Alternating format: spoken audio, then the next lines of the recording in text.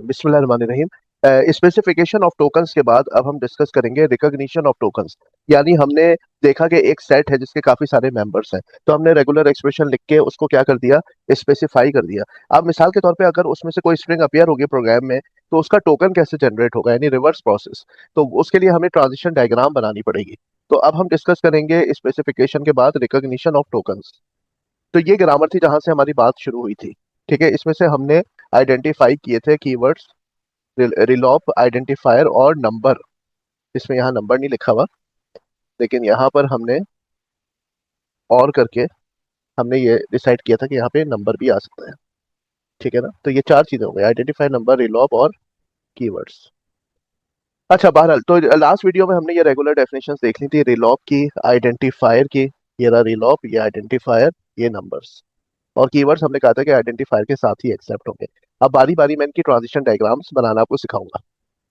अच्छा, ये बात जहन में रखिएगा कि इसमें से कोई भी एक वर्ड जैसे ही कंप्लीट होगा, तो बिगिनिंग और फॉरवर्ड पॉइंटर दोनों एक जगह पर आ जाएंगे, जो मैंने आपको इनपुट बफरिंग में समझाया हुआ है।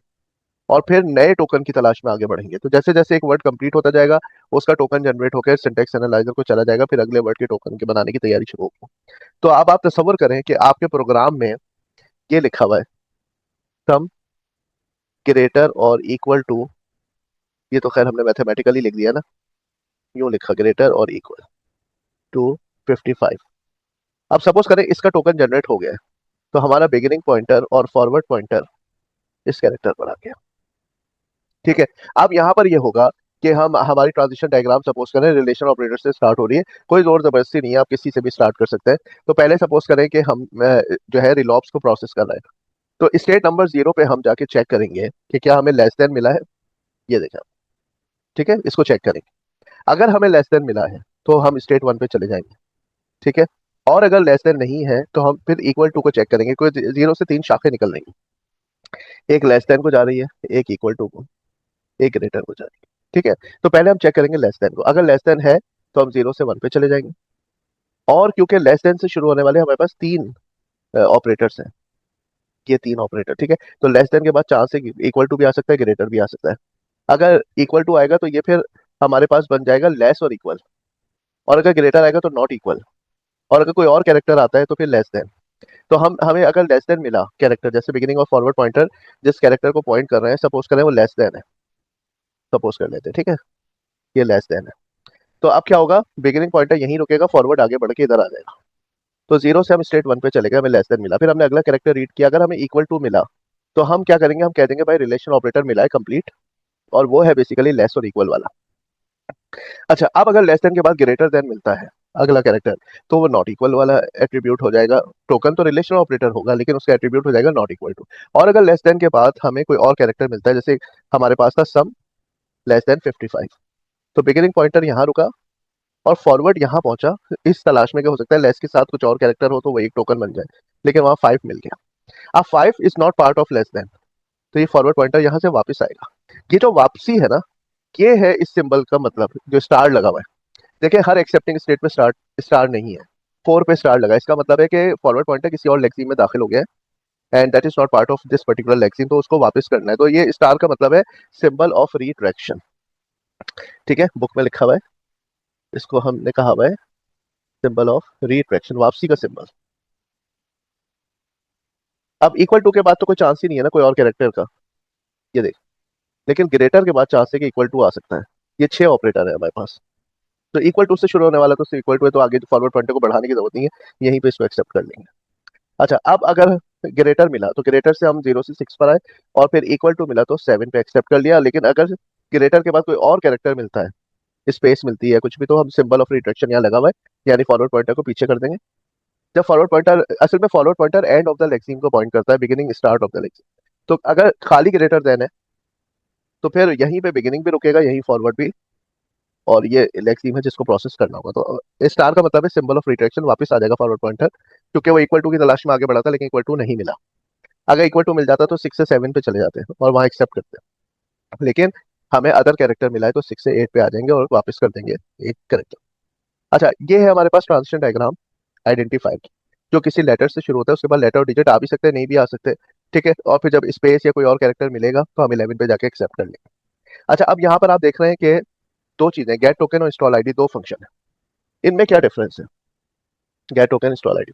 तो याद रखिएगा कि गेट टोकन जो है ना फैसला करेगा कि अगर इफ, देन या एल्स यानी कीवर्ड्स है तो इनका टोकन चेंज नहीं होता। इफ का इफ ही रहता है, देन का देन ही रहता है, एल्स का एल्स।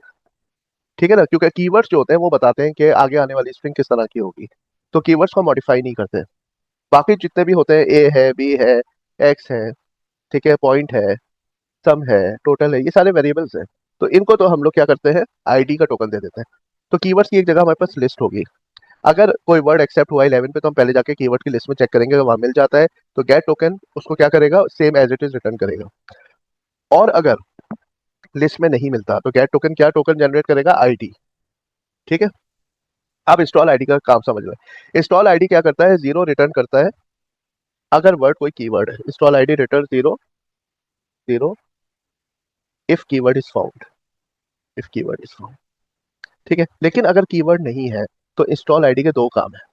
सबसे पहले वो जो है सर्च करेगा कि ये जो आइडेंटिफायर है पहले से आया हुआ है, सिंबल टेबल में मौजूद है। अगर मौजूद है तो returns the old address, returns the old address of symbol table. लेकिन अगर ये पहले फर्स्ट टाइम आया है तो installs the identifier, installs the new address, new address, जी sorry, installs the identifier, identifier and returns the new address, and returns the new address. तो तीन काम हो गए ना इंस्टॉल आईडी के। जीरो रिटर्न कर रहा है कीवर्ड के केस में, आइडेंटिफायर के केस में चेक कर रहा है कि अगर ये आइडेंटिफायर पहले से मौजूद है तो पुराना एड्रेस सिंबल टेबल का रिटर्न कर देगा, अगर पहले से मौजूद नहीं है तो इज्जत के साथ इसको सिंबल टेबल में रखेगा और जो नया एड्रेस है वो रिटर्न कर देगा। अब नंबर की ट्रांजिशन डायग्राम में सपोज करें, आप पहले अज्यूम कर लेते हैं कि यार नंबर फुल फ्लैज है, तो आप जो है ना पूरा पहले चेक करेंगे। शायद हो सकता है कि एक्सपोनेंट के साथ हो, एक्सपोनेंट वाला नहीं है तो फिर आप चेक करेंगे कि हो सकता है ये फ्रैक्शन वाला हो, फ्रैक्शन वाला भी नहीं है तो फिर सिंपल डिजिट्स वाला चेक करेंगे। अगर पहले डिजिट वाला चेक कर लेते तो उसमें तो हर कोई एक्सेप्ट हो जाता है। ठीक है, तो यहाँ पर आप देखें 0 से 8 तक रिलेशनल ऑपरेटर की ट्रांजिशन डायग्राम है, 9 से 11 तक आईडी की है, तो 12 से शुरू हो रही है नंबर्स। कीवर्ड का हमने यही निपटा दिया 9 से 11। अब यहाँ से शुरू हो रही है नंबर्स की, तो 12 से आपने देखा डिजिट आया तो 13 पे चले गए। अब और भी डिजिट आ सकते हैं, ऑप्शनल है, तो लूप लगा हुआ है 13। सही है, जैसे डेसिमल पॉइंट मिलेगा 14 पे चले जाएंगे। अच्छा, यहाँ एक बात बड़ी मजेदार है समझने की कि बगैर फ्रैक्शन के भी एक्सपोनेंट हो सकता है, जैसे 12e5। अब यहाँ क्या होगा, आपके पास 1 आया, फिर 2 आया, फिर ई आ गया। एक्सपोनेंट आने की सूरत में आप 16 पर आए, 16 पे प्लस माइनस नहीं आया, कोई बात नहीं, डिजिट आ गया 5, आप 18 पे गए, जैसे अदर कैरेक्टर आया 19 पे जाके एक्सेप्ट कर लिया। तो 12e5 भी एक्सेप्टेबल है, लेकिन जब भी फ्रैक्शन आएगा ना वो एक्सपोनेंट से पहले आएगा। ठीक है, तो अगर पूरा नंबर है जैसे ऊपर दिया हुआ है ये वाला, तो आपके पास एक ही रास्ता है। 12 से 13 पे गए, 13 पे घूमे, फिर पॉइंट आया 14 स्टेट पे गए, फिर डिजिट आने की सूरत में 15 पे गए, और डिजिट आ रहे 15 पे, जैसे एक्सपोनेंट आया 16 पे गए, प्लस माइनस की सूरत में 16 से 17 पे गए, फिर डिजिट आया, फिर जितने भी डिजिट आएंगे वो एक्सेप्टेबल है। तो नंबर को तीन हिस्सों में तोड़ा है। एक फुल फ्लैज नंबर है जिसमें डेसिमल भी है, एक्सपोनेंट भी है। एक है जो जिसमें सिर्फ डेसिमल है, एक्सपोनेंट नहीं है, और एक है जो सिर्फ इंटीजर है। तो इस तरह हमने ट्रांजिशन डायग्राम्स कंप्लीट कर ली, तीनों हमारे पास जो टोकन्स थे ना, तीनों की। तो अब ट्रांजिशन डायग्राम का फायदा क्या हुआ कि ये वर्ड को रिकॉग्नाइज करता है। जैसे सपोज करें आपने एक वर्ड लिखा है 247, तो इसका पहला कैरेक्टर क्या है, 2 है। तो सबसे पहले आप जीरो स्टेट पे जाके देखेंगे कि जीरो स्टेट पे आपने चेक किया और आपने देखा कि क्या यहाँ पे 2 एक्सेप्टेबल है, 2 नहीं, यहाँ पे तो लेस और इक्वल और ग्रेटर, तो यहाँ पर आप फेल हो गए, इस ट्रांजिशन डायग्राम में आप आगे नहीं बढ़ पाए। तो जीरो से फेल होकर आप 9 पे गए। 9 कह रहा है कि पहले लेटर आना चाहिए, तो 2 तो डिजिट है, तो यहाँ से 9 से 10 पे नहीं जा सके। फिर हम आए 12 पे, 12 पे हमने चेक किया 2, ठीक है, 13 पे गए, 4 आया, 13 पे घूमे, 7 आया, फिर 13 पे घूमे, फिर डेसिमल पॉइंट भी नहीं आया, एक्सपोनेंट भी नहीं आया, यहाँ से हम फेल हो गए। फिर यहाँ पे 20 से स्टार्ट किया, 2 4 7, लेकिन फिर डेसिमल पॉइंट नहीं आया, यहाँ पे फेल हो गए। यहाँ आए 2 4 7, यहाँ एक्सेप्ट हुआ 27 पे बतौर इंटीजर। तो इस तरह होता है कि बिगिनिंग और फॉरवर्ड पॉइंटर एक ही जगह होता है, फिर हम स्कैन करके फॉरवर्ड को आगे बढ़ाते रहते हैं, यहाँ तक कि जो भी लेक्सिम होती है वो किसी ना किसी ट्रांजिशन डायग्राम में एक्सेप्ट हो जाती है। अगर किसी में भी एक्सेप्ट ना हो तो वो लेक्सिकल एरर होता है। ठीक है, आप समझ गए इस तरह से। तो जहाँ पे रेगुलर एक्सप्रेशन टोकन्स के सेट को, लेक्सिम्स के सेट को स्पेसिफाई करती है, वहाँ ट्रांजिशन डायग्राम में ये सलाहियत होती है कि वो क्या करती है, रिकॉग्नाइज करती है वर्ड्स को कि कौन सा वर्ड जो है ना किस ट्रांजिशन डायग्राम में एक्सेप्ट होगा तो फिर उसी के टोकन में कन्वर्ट हो जाएगा। जैसे यहाँ पे टोकन नंबर मिलेगा, यहाँ पे टोकन आईडी या कीवर्ड मिलेगा, यहाँ पे टोकन रीलॉक मिलेगा। ठीक है, तो ये इस तरह से होता है कि जो भी आपके प्रोग्राम में वर्ड आते रहते हैं ट्रांजिशन डायग्राम से पास होके टोकन्स में कन्वर्ट होते रहते हैं। ठीक है, थैंक यू वेरी मच।